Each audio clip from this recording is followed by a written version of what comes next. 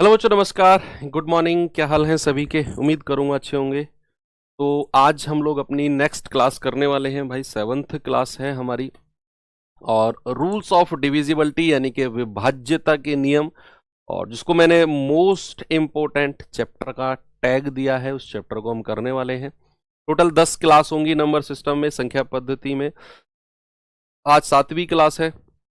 इसमें एक क्लास हमारी अभी और जाएगी डिविजिबिलिटी रूल में, और फिर 2 क्लास आपकी रिमाइंडर थ्योरम यानी कि शेषफल परी में उसमें लगेंगी, और फिर ये चैप्टर बड़ा सा चैप्टर है हमारा एंड हो जाएगा।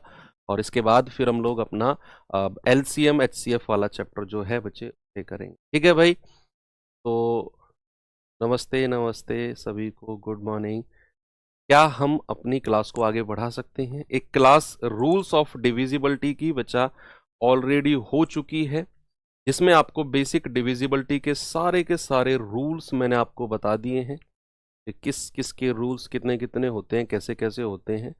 उसके ऊपर क्लास भी मैं आपको सॉरी क्वेश्चंस भी कुछ मैं आपको करा चुका हूं। तो आज हम प्रैक्टिस करेंगे जो चीज़ हमने पिछली क्लास में पढ़ी, और उसके ऊपर आज फुल प्रैक्टिस करेंगे। और फिर कंपोजिट डिविजिबिलिटी भी आपको मैं बता दूंगा कि what is composite divisibility.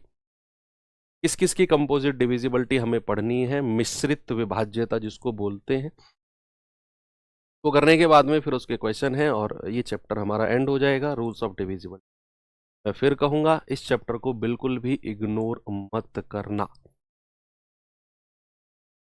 Very good. सवाल है, x का ऐसा न्यूनतम मान बताओ ताकि हमारी 5 अंकों की संख्या 9 से डिविजिबल हो जाए। अब इस वर्ड पे आपने बड़ा ध्यान देना है। मैंने पिछली क्लास में भी आपको बताया कि किसी सवाल में अगर वो न्यूनतम कहे, अधिकतम कहे, तो वहां थोड़ा सतर्क रहने की जरूरत है, क्योंकि न्यूनतम और अधिकतम में बहुत लोग कंफ्यूज हो जाते हैं। उनको लगता है कि यार ये भी कट रहा है, ये इससे भी बात बन रही है, 2-3 ऑप्शन मैच कर जाएंगे। लेकिन अगर आपका ध्यान रहेगा इस वर्ड पे, तो आप बिल्कुल भी कंफ्यूज नहीं होगे। ठीक है। तो सवाल ने बोला ये संख्या है x, इसमें मिसिंग है, करा ये संख्या 9 से कट रही है। अगर संख्या 9 से कट रही है तो क्या 9 की डिविजिबिलिटी दिमाग में स्ट्राइक की कि 9 की विभाज्यता क्या होती है? आप कहेंगे हाँ सर, 9 की विभाज्यता तो अंकों का योग यानी कि सम ऑफ डिजिट होती है। 7 और 2 9, 9 और 5 14, 14 और 3 17, 17 प्लस एक्स यानी कि अंकों का योग बना है सर 17 प्लस एक्स। अब आप मुझे बताओ बच्चा कि 17 में मैं क्या छोटी से छोटी संख्या जोड़ूं कि 9 से कटने वाली संख्या मिल जाए? आप कहेंगे 17 से बड़ी संख्या तो सर 18 ही होती है जो 9 से कटती है, क्योंकि 9 एकम 9, 9 दूनी 18। भाई 17 से बड़ी संख्या तो 18 ही है जो 9 से कट रही है, और उसके लिए हमें x की वैल्यू को कितना रखना पड़ेगा? 1 रखना पड़ेगा। 17 और 1 18 तभी बनेगा। ऑप्शन नंबर ए हमारा बिल्कुल सही हो जाएगा। 17 और 1 18। Very good. अगले सवाल पे चलते हैं। ये सवाल पे आइए जरा। इस सवाल को देखिए भाई,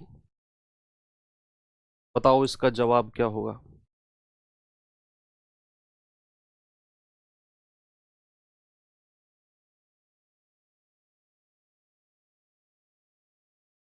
सवाल है, संख्या दी हुई है हमें, ये कह रहा है कितने जोड़े ए और बी के संभव हैं, पॉसिबल पेयर। देखो अच्छे लेवल के क्वेश्चन भी कराने हैं भाई मुझे आपको, है ना?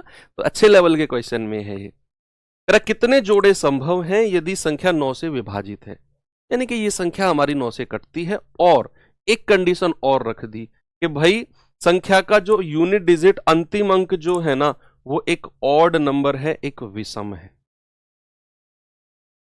कंडीशन 2 रखी है उसने, एक तो संख्या 9 से कटेगी और अंतिम अंक एक विषम होगा। कह रहा है बताओ ऐसे कितने जोड़े संभव हैं। अब मैं संख्या, उसने बोला है कि भाई संख्या 9 से कटेगी, संख्या 9 से कटेगी, इतनी बात फिक्स है। तो इसके अंकों का योग करना जरा। 4 और 7 11, 9 20, 8 28, 6 34, 5 39, ये आ गया 39। प्लस ए प्लस बी, मैंने क्या किया, अंकों का योग कर दिया मैंने, तो ये आया 39 और प्लस ए प्लस बी, क्योंकि भाई 9 से कटने वाली संख्या हमें देखनी है। अब एक बड़ी ही प्यारी कंडीशन उसने ऐड करी है। बड़ी प्यारी कंडीशन कौन सी है? उसने बोला है कि संख्या का जो अंतिम अंक है ना, वो एक ऑड नंबर है, एक विषम संख्या है। बच्चे, अंतिम अंक यानी कि बी की वैल्यू क्या क्या हो सकती है? बी की वैल्यू, ये लिमिट उसने रख दी।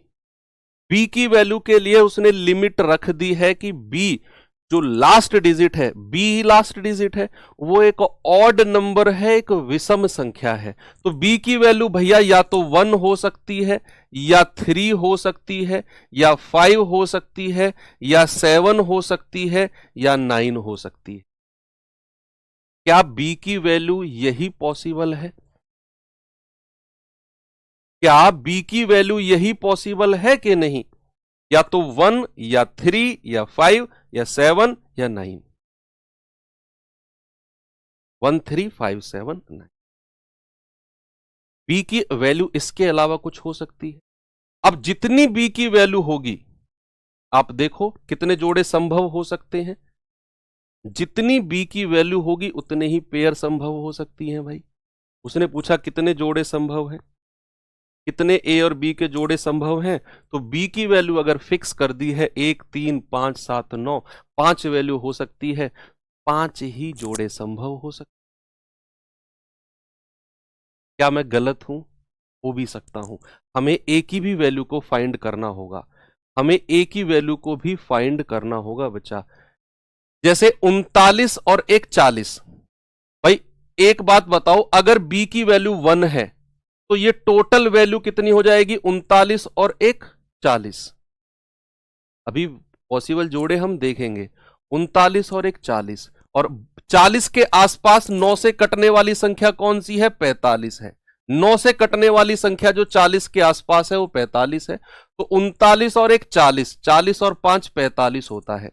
यानी कि अगर बी की वैल्यू 1 है तो ए की वैल्यू कितनी हो जाएगी? 5 हो जाएगी। ए की वैल्यू 5 हो जाएगी। अब दूसरी वाली पे आ जाओ, दूसरी वाली पे कि 39 और 3 कितना होता है? 39 और 3 होता है 42, और 42 के आसपास 9 से कटने वाली संख्या फिर 45 आ गया, फिर 45 आ गया 42 के आसपास। तो और अगर ये 45 है तो 39 और 3 42, 42 और 3 45, भैया ए की वैल्यू 3 हो जाएगी, है ना। अगर ये दूसरी कंडीशन हो गई, अगर बी की वैल्यू 5 है तो 39 और 5 कितना होता है? 44, और 44 के आसपास 9 से कटने वाली संख्या फिर 45 है, तो ये 5 है तो ये 1 हो जाएगा, ए की वैल्यू 1 मिल गई।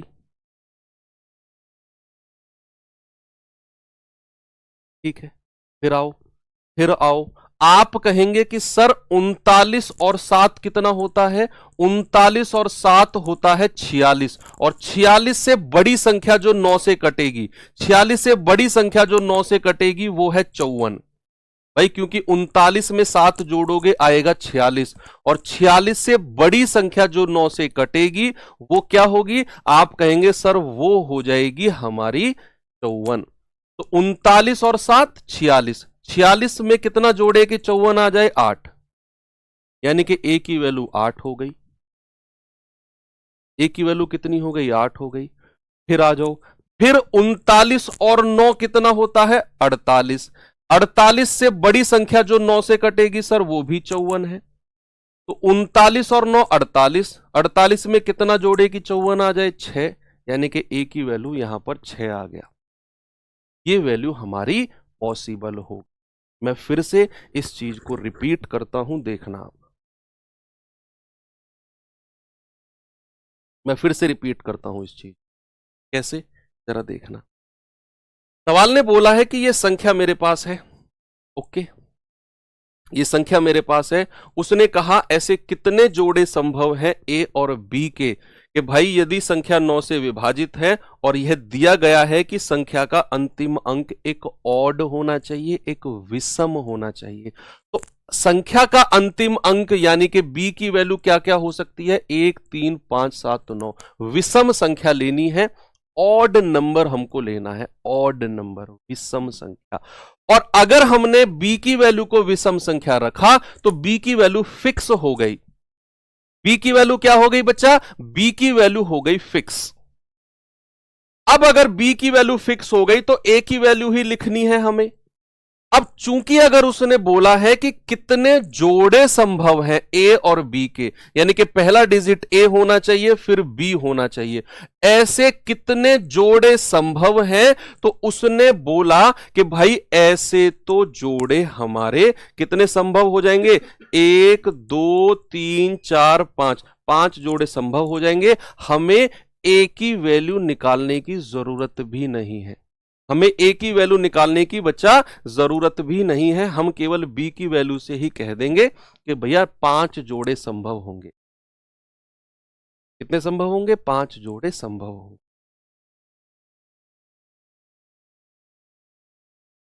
ओके सर, 9 कैसे ऑड नंबर है? मतलब 9 कैसे?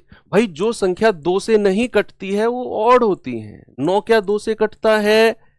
2 के पहाड़े में, 2 के टेबल में जो संख्या नहीं आती वो ऑड होती है, विषम होती है। 2 एकम 2, 2 दूनी 4, 2 तिया 6, 2 चौके 8 और 2 पंजे 10।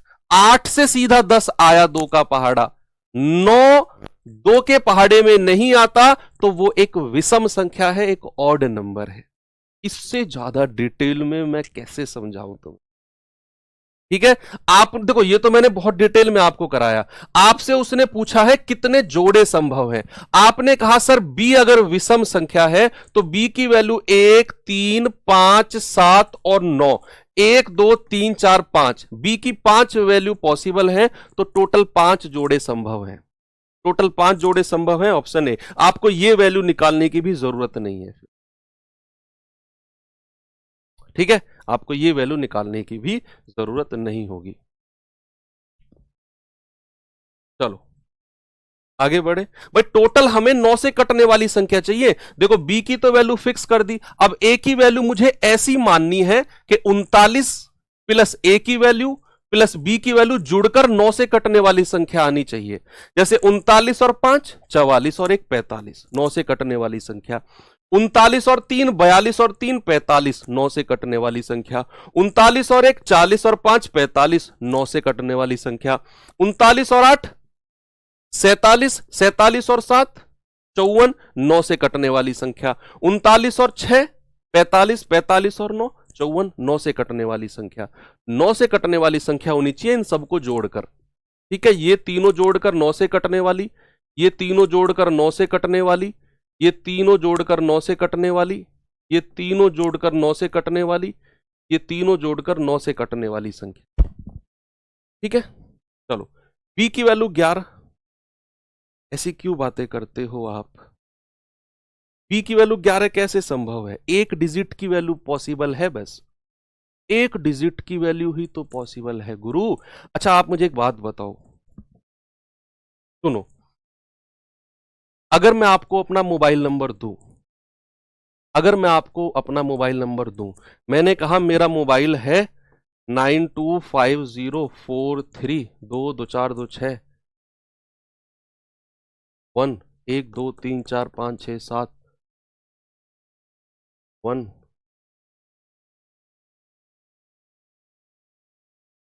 और ये लास्ट का डिजिट मैं गायब कर दूं, ये मेरा नंबर नहीं है सच में, कभी आप इसको मिलाने लग जाओ। मैंने ऐसे लिखा, मैंने 9 डिजिट लिखे, 1 2 3 4 5 6 7 8 9, लास्ट का डिजिट मैंने गायब कर दिया। तो आप अपने फोन में लास्ट का डिजिट क्या क्या डायल करके सही नंबर मिला दोगे? बताओ। ये मैंने अपने मोबाइल नंबर के लास्ट के शुरू के 9 डिजिट लिखे, लास्ट का मैंने गायब कर दिया। तो इस स्पेस में क्या संख्या आ सकती है? क्या इसमें 12 आ सकता है?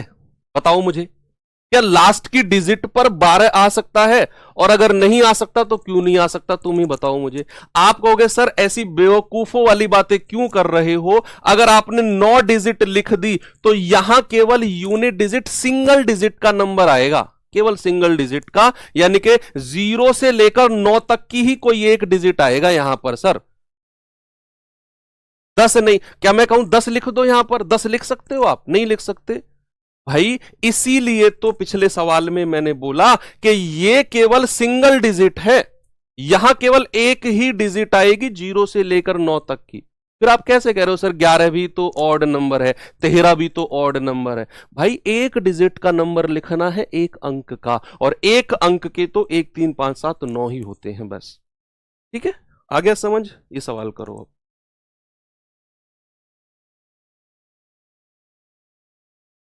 सेम क्वेश्चन है ये भी, ऐसा ही अच्छा सवाल है। जल्दी से बताओ इसका जवाब क्या होगा।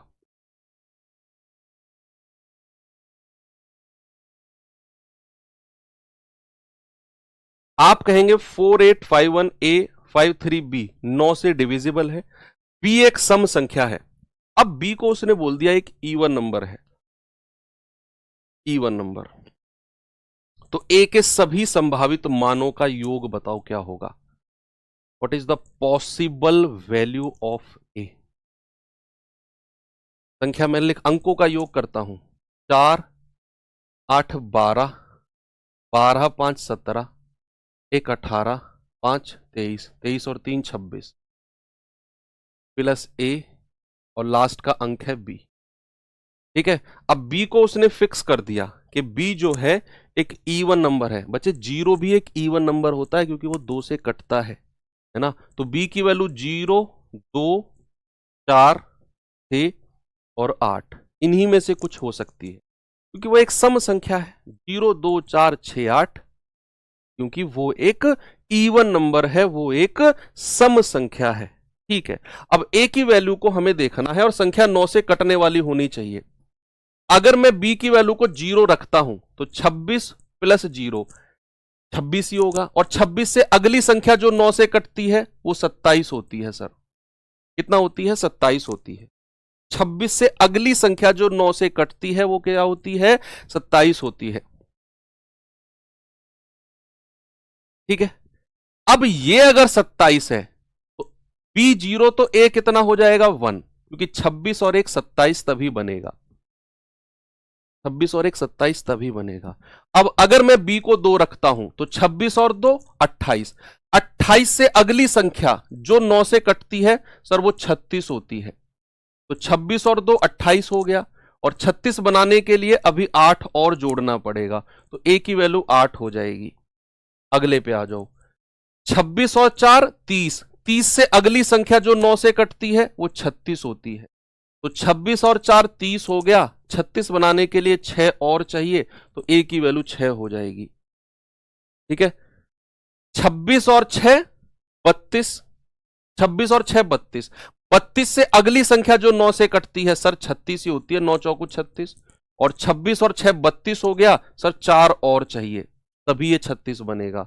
26 और 8 कितना होता है? 34, 34 से अगली संख्या जो 9 से कटेगी सर 36 ही होती है, और 26 और 8 34, तो ये 2 और चाहिए हमें। बस वैल्यू निकल गई।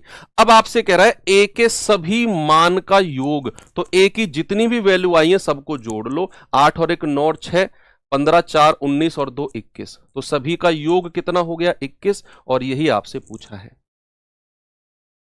ये बेस्ट लेवल के क्वेश्चन हैं जो हर बच्चा नहीं कर पाएगा। आपको भी ये 2-3 बार प्रैक्टिस करने पड़ेंगे दोनों सवाल, ये सवाल और इससे पिछले वाले दोनों सवाल। मैं कर रहा हूं अल्टीमेट लेवल के क्वेश्चन है। चलो अब आसान लेवल के सवालों पर आ जाते हैं। जल्दी से बताओ, बताओ भाई, बताओ बताओ बताओ बताओ।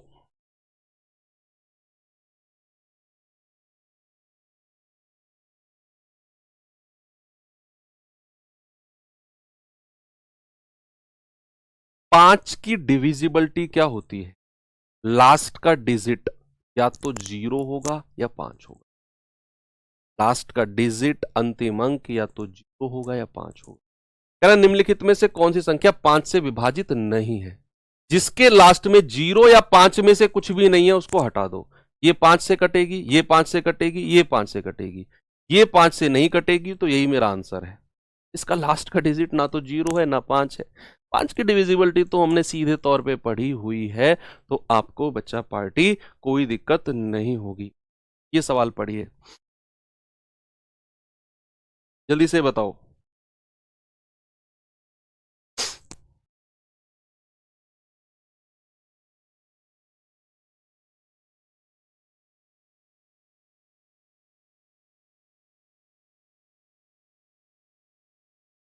क्या बोला सवाल ने कि भाई x का अधिकतम मान, मैंने कहा जब भी न्यूनतम और अधिकतम मान पूछेगा तो दिमाग को थोड़ा खोलकर सवाल का जवाब बताना, कि वहां एक से ज्यादा पॉसिबल वैल्यू पॉसिबल होंगी भाई, लेकिन हमें तो अकॉर्डिंग टू क्वेश्चन बताना है। अधिकतम पूछा, सबसे बड़ी वैल्यू जो पॉसिबल है, न्यूनतम पूछा तो सबसे छोटी वैल्यू जो पॉसिबल है।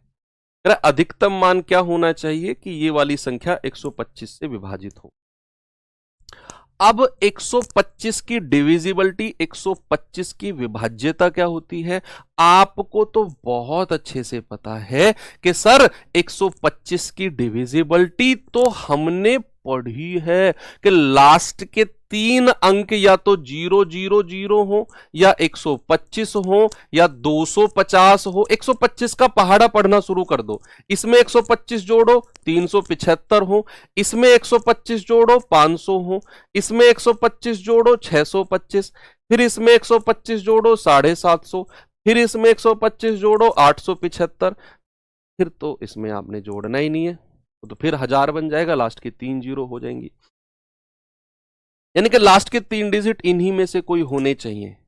अब हमें लास्ट के 3 डिजिट दिए हुए हैं 3x और 5। देख लो ये सेट कहां मिलेगा, 3 और 5, शुरू का और लास्ट का अंक कहां मिलेगा, 3 और 5, 3 और 5, ये रहा भाई, 3 और 5 वाला तो यही है, तो इसका मतलब है x की वैल्यू को क्या बनना पड़ेगा, 7।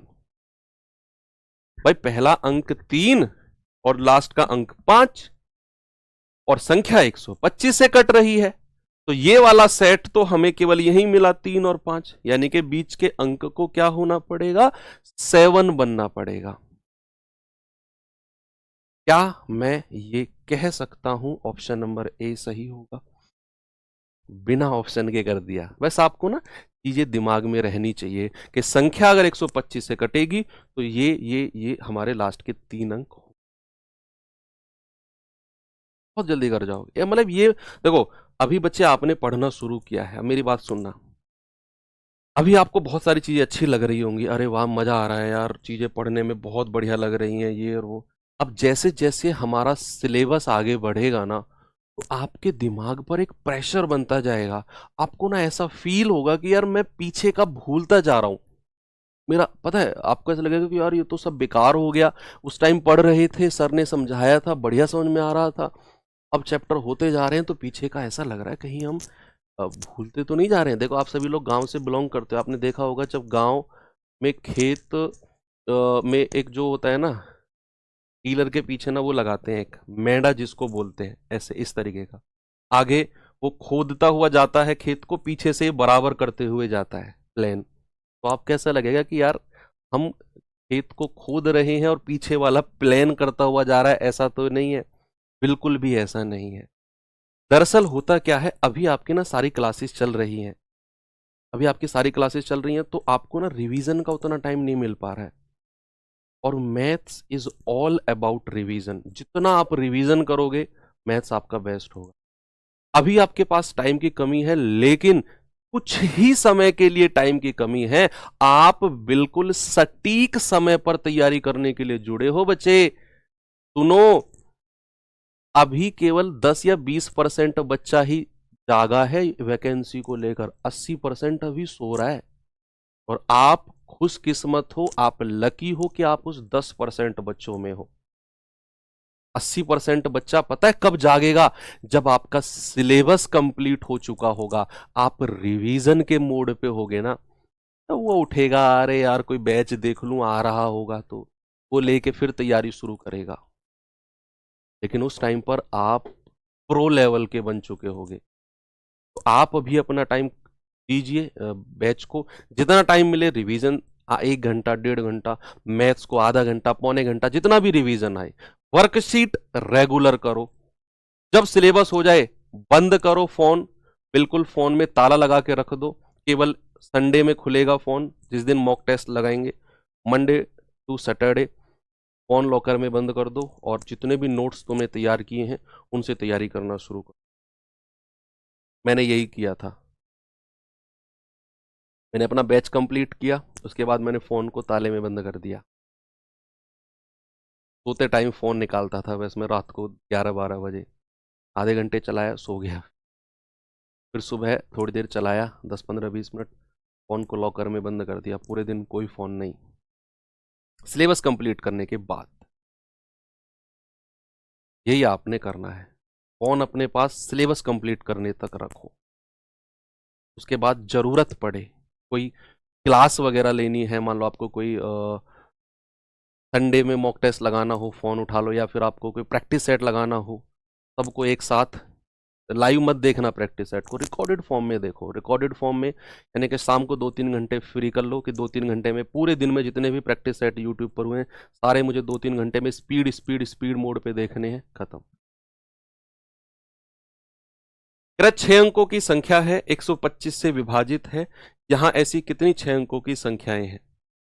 बस 125 से कटने वाली संख्या देख लो भाई। 125 से कटने वाली संख्या है तो लास्ट में 000 आएगा, या 125 आएगा, या 250 आएगा, या 375 आएगा, या 500 आएगा, या 625 आएगा, या 750 आएगा, या 875 आएगा।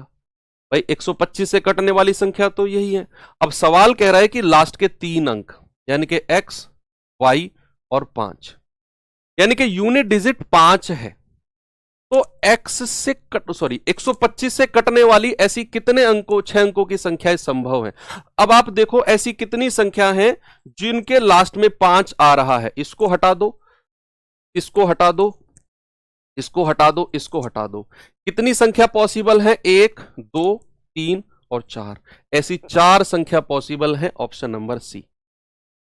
भाई जिनके लास्ट में 5 आ रहा है, क्योंकि हमें तो लास्ट में 5 चाहिए, x और y की वैल्यू नहीं देखना हमें। ऐसे कितने नंबर पॉसिबल हैं वो देखना है बस, कि जिनके लास्ट में 5 है और 125 से कटती है। तो हमने 125 से कटने वाली सारी संख्या लिख ली, ये तो रट गई हमें।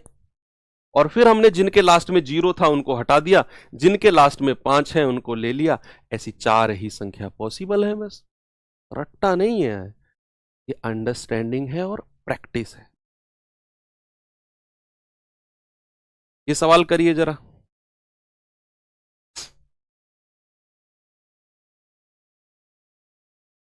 बताओ भाई जल्दी से जवाब इसका क्या होगा?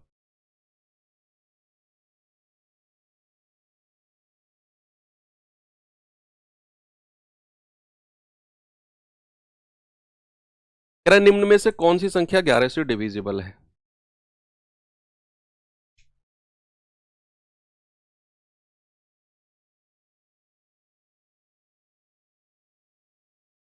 बताओ बताओ बताओ क्या होगा जवाब?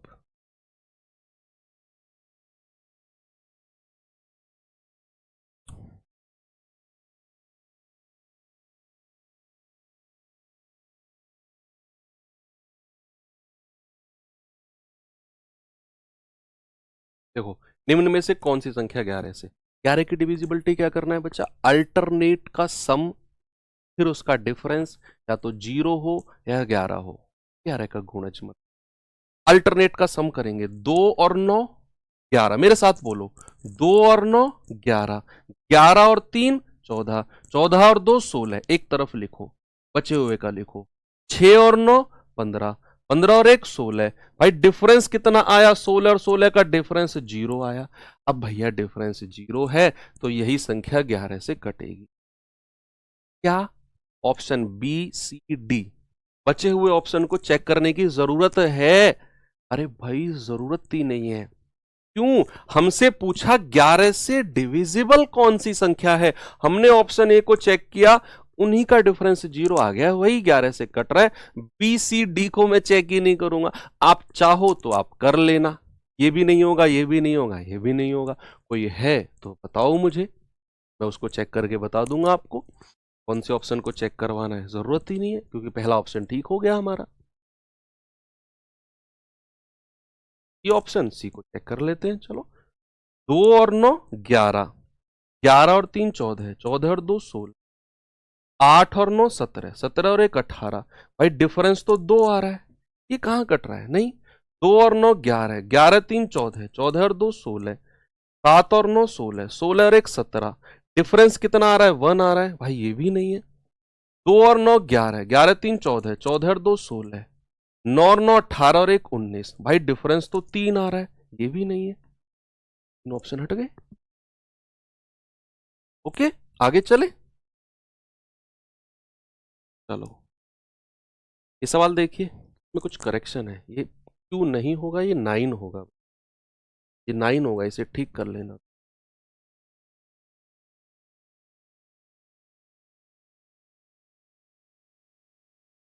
फाइव 7 2 8 2P9, ये संख्या 11 से डिविजिबल है, तो 11 माइनस पी का मान क्या होगा? संख्या मैं अलग से भी लिख देता हूं, 5 7 2 8 2P और 9।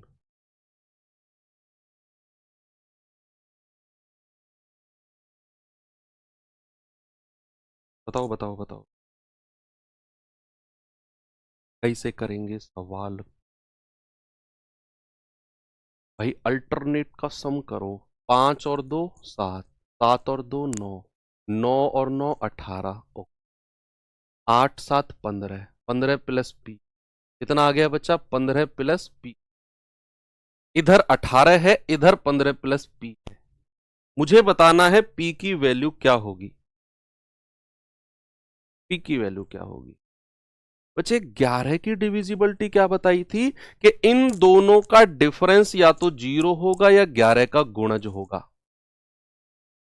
इन दोनों का डिफरेंस, इन दोनों का अंतर या तो 0 होगा या 11 का गुणज होगा। तो अगर ये 18 है और मुझे डिफरेंस 0 करना है, तो क्या ये टोटल भी 18 होना चाहिए, तभी डिफरेंस 0 बनेगा। भाई एक तरफ तो 18 मुझे दे दिया और एक तरफ दे दिया मुझे 15 प्लस पी। मैं कहूंगा ये टोटल वैल्यू अगर 18 है तो ये भी 18, तभी डिफरेंस 0 होगा। और इस टोटल वैल्यू को 18 बनने के लिए 15 प्लस पी, पी की वैल्यू को कितना बनना पड़ेगा? 3। भाई 15 और 3 18 तभी तो होगा। तो 15 और 3 18 तभी तो होगा, क्योंकि ये 18 डिफरेंस 0 और तभी संख्या 11 से कटेगी। डिफरेंस 0 लाना है मुझे तो। और अगर डिफरेंस 0 है तो ये 15 प्लस पी 18 बनेगा और पी की वैल्यू हो जाएगी 3। लेकिन मुझे पी की वैल्यू नहीं पूछा, मुझे तो 11 माइनस पी पूछा है। तो 11 माइनस 3, आंसर विल बी 8।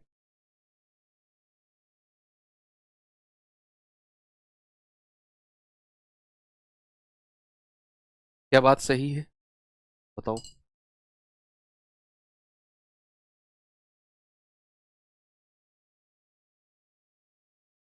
आगे बढ़ूं? अच्छा सवाल है ये।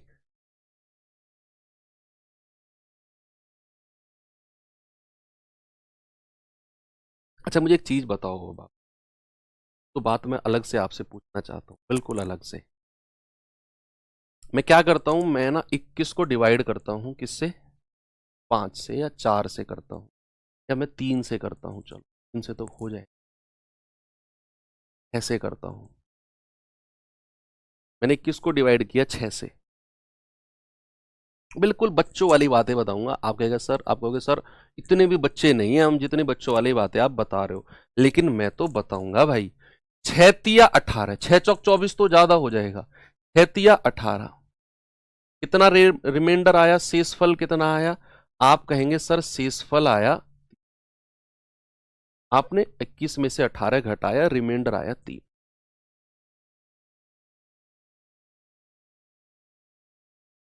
अब मैंने क्या किया, मैंने 21 को 6 से भाग दिया, तो मुझे शेषफल कितना मिला? 3। सुनो मेरी बात, मैंने 21 को 6 से भाग दिया, मैंने 21 को 6 से भाग दिया, मुझे शेषफल मिला 3, रिमाइंडर कितना मिला? 3। 6 तिया 18, रिमाइंडर 3। अगर मुझे 21 में से कुछ घटाना हो, 21 में से कुछ घटाना हो, 21 में से कुछ घटाना हो, कुछ घटाना है, कुछ घटाना है, तो मैं क्या घटाऊंगा कि संख्या 6 से कट जाए? बताओ। ये जो 21 को मैं 6 से भाग दे रहा हूं, अगर मुझे 21 में से कुछ घटाना है तो मैं क्या घटाऊंगा कि संख्या 6 से कट जाए? बताओ, मैं क्या घटाऊं कि संख्या 6 से कट जाए? बच्चे आपने कुछ नहीं करना, आपने 21 में से रिमाइंडर यानी कि शेषफल को माइनस कर देना है बस। जो भी रिमाइंडर आएगा आपने 21 में से रिमाइंडर को माइनस कर देना है और संख्या 6 से कटने वाली आपको मिल जाएगी। 21 माइनस 3 कितना आ गया? 18। आप देख लो, ये 6 से कटने वाली संख्या है, ये 6 से कटने वाली संख्या। लेकिन अगर मुझे 21 में कुछ जोड़ना हो, अगर 21 में कुछ जोड़ना हो कि संख्या 6 से कटने वाली मिल जाए, 21 में कुछ जोड़ना हो तो क्या जोड़ेंगे? 21 से बड़ी संख्या अगर मुझे चाहिए, चलो ये तो ठीक है कि 21 से छोटी संख्या चाहिए, 21 में कुछ घटाना हो तो हम सीधा रिमाइंडर माइनस कर देंगे 21 में और हमें मिल जाएगा 18, 6 से कटने वाली संख्या। लेकिन अगर मुझे 21 से बड़ी संख्या, 21 में कुछ जोड़ना हो कि संख्या 6 से कट जाए, तो मैं क्या करूंगा? तो बच्चा हम करेंगे 21 में जोड़ना है ना, 21 प्लस और डिफरेंस ऑफ भाजक और शेषफल का अंतर, और शेषफल का अंतर। भाजक क्या है? 6, इन दोनों का अंतर, 6 और 3 का अंतर कितना आएगा? ये भाजक होता है, ये क्या होता है? भाजक, डिवाइजर जिसको कहते हैं। तो भाजक और शेषफल का अंतर कितना है? 6 माइनस 3 यानी कि 3। तो आपने क्या करना है? 21 प्लस 3 यानी कि 24। बड़ी इंपॉर्टेंट चीज है जो मैंने आपको बताई है। यस, छोटे एग्जाम्पल के साथ बताई है, लेकिन ये लंबे समय तक आपको याद रहनी चाहिए कि अगर कुछ घटाना है तो शेषफल घटाएंगे, और अगर कुछ जोड़ना है तो हम भाजक और शेषफल का अंतर जोड़ते हैं।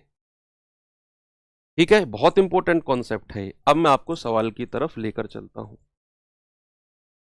जरा आइए सवाल की तरफ। देखिए,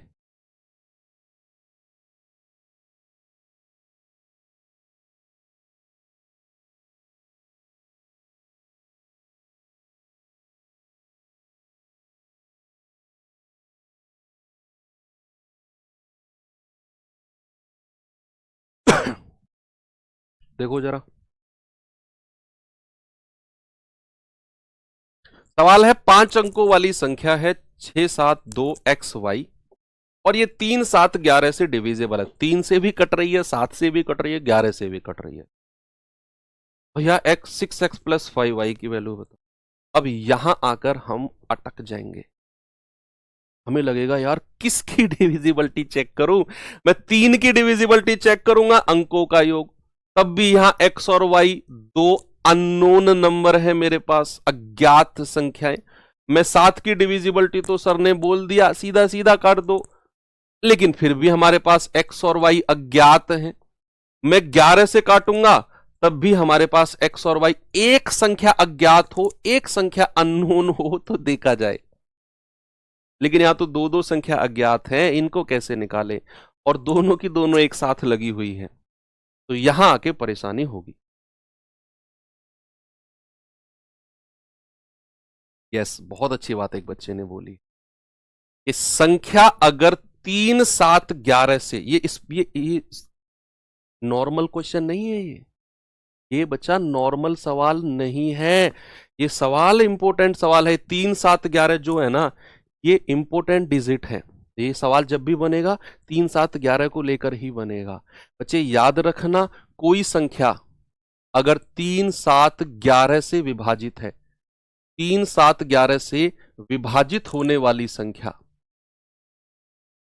3, 7, 11 से विभाजित होने वाली संख्या divisible by 3, 11 and 3, 7 and 11 number विभाजित होने वाली संख्या इनके एलसीएम से भी विभाजित होगी। भाई एलसीएम क्या है, ये तीनों हमारे को प्राइम भाज्य संख्याएं हैं, प्राइम नंबर्स है ना, क्योंकि इनका ये इनका कोई फैक्टर नहीं है वन और इटसेल्फ को छोड़कर। ये भी अभाज्य, ये भी अभाज्य, ये भी अभाज्य। तो 3, 7, 11 से विभाजित होने वाली संख्या हमेशा 3 गुणा 7 गुणा 11 कितना होता है? 77 तिया कितना होता है? 231। 3 गुणा 7 गुणा 11 231 से विभाजित होंगी। ये लिखेंगे आप नोट्स में।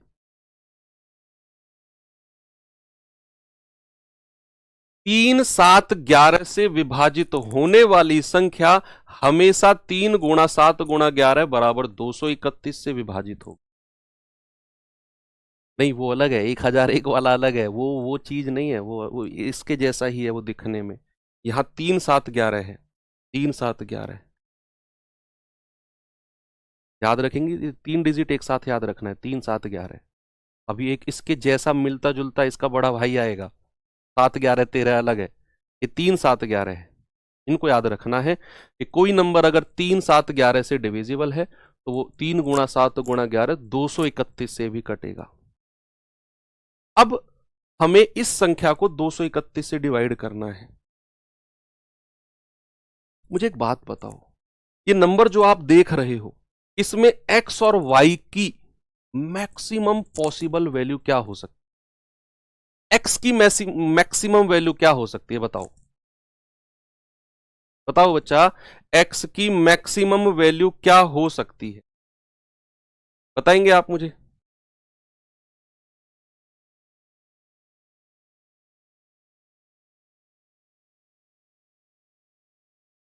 What is the maximum value of x? आप कहेंगे 9। 9 से बड़ी कोई संख्या ही नहीं है जो x की वैल्यू हो सकती है। बताओ भाई, यहां पर अगर मैं x की वैल्यू को रख दूं तो बड़ी से बड़ी क्या वैल्यू है जो मैं x की रख सकता हूं? 9। सिंगल डिजिट होनी चाहिए, इकाई अंक की संख्या होनी चाहिए। तो x की मैक्सिमम वैल्यू बच्चा अगर मैं रखूंगा तो अपनी तरफ से मान के चल रहा हूं मैं, x की मैक्सिमम वैल्यू को मैं 9 रख सकता हूं, इससे बड़ी कुछ नहीं रख सकता। y की भी मैक्सिमम वैल्यू क्या रख सकता हूं? y की भी मैक्सिमम वैल्यू को मैं 9 रख सकता हूं, इससे बड़ी मैं नहीं रख सकता कुछ। आप रख दो अपनी तरफ से maximum value of x and y मान लो। अभी थोड़ी देर में असली वैल्यू आ जाएंगी आपके सामने निकलकर, और आप इस संख्या को डिवाइड करना शुरू कर दो किससे? 231 से, क्योंककि ये 3, 7, 11 से विभाजित है। तो 231 दूनी कितना होता है?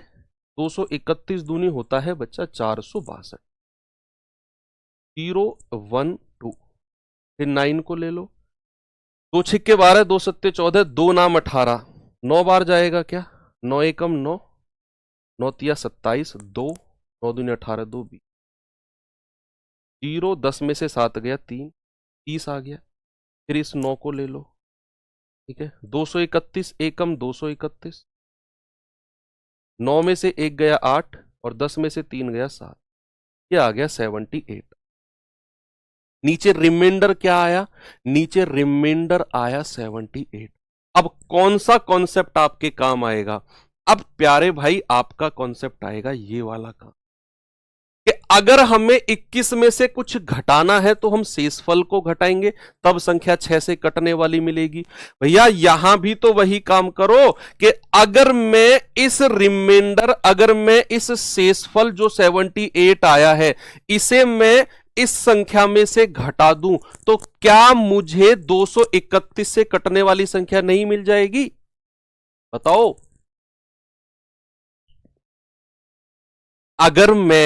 अगर मैं इस 78 को इस संख्या में से माइनस कर दूं तो क्या मुझे 231 से कटने वाली संख्या नहीं मिलेगी? मैंने तो x और y की वैल्यू अपनी तरफ से बड़ी से बड़ी मानकर चला था, मैं तो 9 और 9, और फिर मैं उसे 231 से भाग देना शुरू कर दिया, रिमाइंडर 78 आ गया। अब मैंने तो आपको थोड़ी देर पहले एक कॉन्सेप्ट बताया कि बच्चे अगर मैं 67299 में से ये 78 शेषफल को माइनस कर दूंगा तो मुझे मिलेगा 1, 2, 672 ये मिलेगा मुझे, और ये जो संख्या आएगी ये 231 से कटने वाली संख्या होगी। ये जो संख्या है 231 से कटने वाली, बस ये संख्या 231 से कटने वाली है तो ये वैल्यू x की हो जाएगी और ये वैल्यू y की हो जाएगी। x और y की वैल्यू मिल गई आपको, हो गया काम। मैं फिर से रिपीट करूंगा सवाल को, देखना, फिर से रिपीट करता हूं मैं। मेरे पास ये नंबर था, ये 3 7 11 से कटेगा कह रहा है, तो बताओ इसकी वैल्यू क्या होगी। तो मैंने कहा कि भाई जो संख्या 3 7 11 से कटती है वो 3 गुणा 7 गुणा 11 यानी कि 231 से भी कटती है। उसके बाद मैंने बोला कि भाई x की बड़ी से बड़ी वैल्यू अपनी तरफ से मान लो, आपने कहा 9। y की बड़ी से बड़ी वैल्यू अपनी तरफ से मान लो, आपने कहा फिर 9। ये बड़ी तो कोई संख्या ही नहीं है। मैंने उसे 231 से भाग देना शुरू किया, रिमाइंडर मिला 78।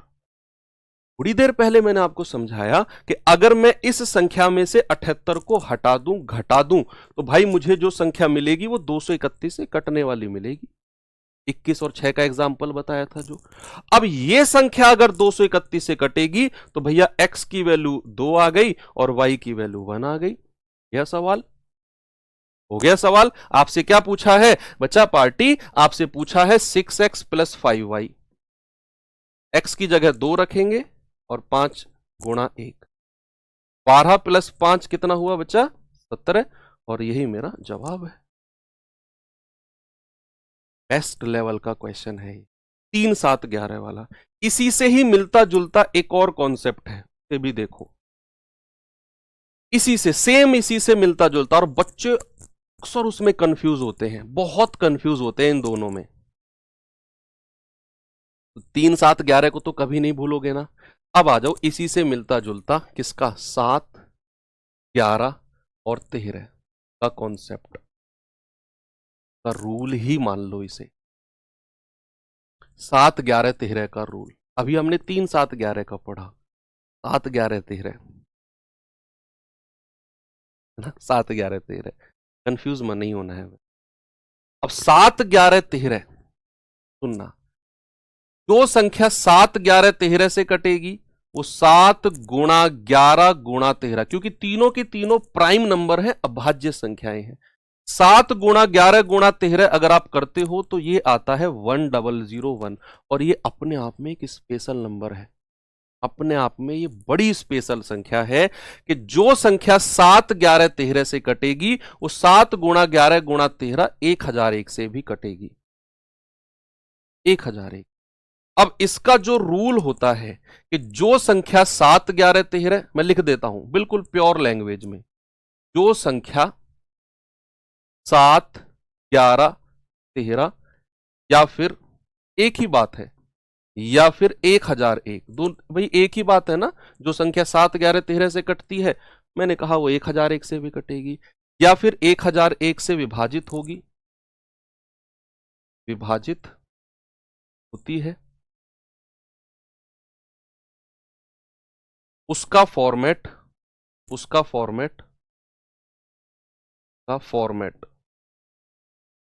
होता है ना कि किस तरह से दिखने वाली संख्या होती है, उसका फॉर्मेट ABC होता है। ये फॉर्मेट होता है उस संख्या का। कोई भी संख्या अगर ABC फॉर्मेट में है, यानी कि पहली 3 डिजिट रिपीट होती हैं फिर से, अगर कोई संख्या ABC फॉर्मेट में है तो याद रखना बच्चा, हमेशा वो 7 11 13 से कटेगी या फिर 1001 से कटेगी, मतलब एक ही बात है। बताओ क्या बात सही है, क्या बात सही है। अब ABC अगर मैं कोई फॉर एग्जांपल लिख दूं, मैं फॉर एग्जांपल लिख दूं 297 और 297, यस और नो में बताना है क्या ये संख्या हमारी 7 11 13 से कटेगी, बताओ। क्या ये नंबर 7, 11, 13 से डिविजिबल है या नहीं? 297, 297। आप कहेंगे सर ये तो एबीसी एबीसी फॉर्मेट है, यानी कि पहली 3 डिजिट अपने आप को फिर से रिपीट करी, 297 फिर 297। यस सर, ये संख्या कटेगी। आप काट के देखो, कैलकुलेटर फोन में होगा ना, उठा के कैलकुलेट करके देख लो। ये 7 से भी कटेगी, 11 से भी कटेगी, 13 से भी कटेगी, और इन तीनों का मल्टीप्लीकेशन 1001 से भी कटेगी। अगर मैं कोई एग्जांपल आपको देता हूं, मैंने कहा 100, 100, क्या ये संख्या हमारी 7, 11, 13 से कटेगी? क्या ये संख्या हमारी 7, 11, 13 से कटेगी? आपने कहा अरे सर कटेगी, पहली 3 डिजिट ने अपने आप को रिपीट किया है, तो भैया ये भी कटेगी। हर वो संख्या जिसका फॉर्मेट एबीसी एबीसी होगा बच्चा, हर वो संख्या आपकी 7, 11, 13 से कटने वाली होगी। अब मैं आपको क्वेश्चन दिखाता हूं, देखना। ये सवाल आपके सामने है, देखना जल्दी से, मुझे इसका आंसर बता दो आप। सवाल है संख्या 823 P2G। ये क्यू है, जी नहीं, ये क्यू है, ठीक कर लेना, क्यू। 823 P2Q 7, 11, 13 से डिविजिबल है, तो आपसे कह रहा है P माइनस क्यू की वैल्यू क्या होगी। अब अगर संख्या 7, 11, 13 से बच्चा डिविजिबल है, तो क्या उसका फॉर्मेट एबीसी एबीसी होगा कि नहीं? क्या उसका फॉर्मेट एबीसी एबीसी होगा कि नहीं? बिल्कुल होगा सर। तो अगर संख्या 823 P2 और Q है, तो भाई नीचे अगर मैं ओरिजिनल संख्या लिखूं, तो ये पहली 3 संख्या 823 है, तो क्या बाद की 3 संख्या भी 823 नहीं होंगी? भाई ये संख्या 823 P2Q लिखा हुआ है, और अगर 7, 11, 13 से डिविजिबल है, तो ओरिजिनल संख्या हो जाएगी 823 और फिर से 823। भाई यही चीज है, यही पॉसिबिलिटी है, 823 823, मतलब P की वैल्यू 8 मिल जाएगी और Q की वैल्यू 3 मिल जाएगी। तो P बराबर 8 मिल जाएगा, Q बराबर 3 मिल जाएगा। उसने P माइनस Q बोला, तो 8 माइनस 3 विल गिव 5 आंसर।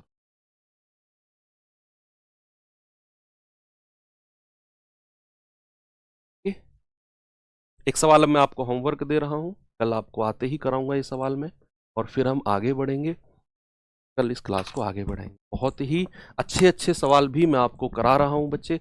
हो सकता है उनको करने में आपको थोड़ी सी इरिटेशन परेशानी हो रही हो, लेकिन करते रहना, लेवल बहुत अच्छा है। आज 2-3 सवाल मैंने कराए थे जिनका वास्तव में लेवल अच्छा था, लेकिन समझ में नहीं आए हो, रिपीट करके देखना, रिवाइज करना, बहुत ही ज़्यादा आपको फायदा मिलेगा। तो ठीक है, मिलते हैं कल के सेशन में। Thank you, bye bye.